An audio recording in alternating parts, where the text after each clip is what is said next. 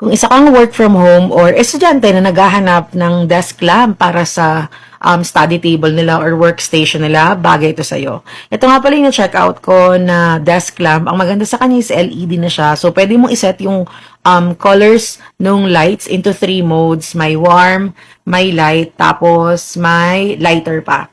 Ang maganda sa kanya is meron na rin siyang arm eye protection.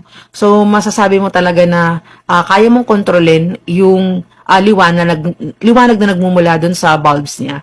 Tapos, ang maganda pa sa kanya is, hindi talaga siya wobbly. 1 taon ko nang mahigit na ginagamit to at masasabi ko talaga na same pa rin yung quality niya. Tapos, pwede mo siyang i-mount by screw para mas matibay siya. At yung arms niya is, pwede mong i-move up to 180 degrees. Actually, yung head niya, yung arms or head niya, meron siyang option for single head. Meron din siyang option for double head. Pero itong double head yung napili ko kasi gusto ko nga na mas malinaw sa station ko. So, kung gusto mo ng ganito, lagay ko na lang dyan sa baba. Check out na.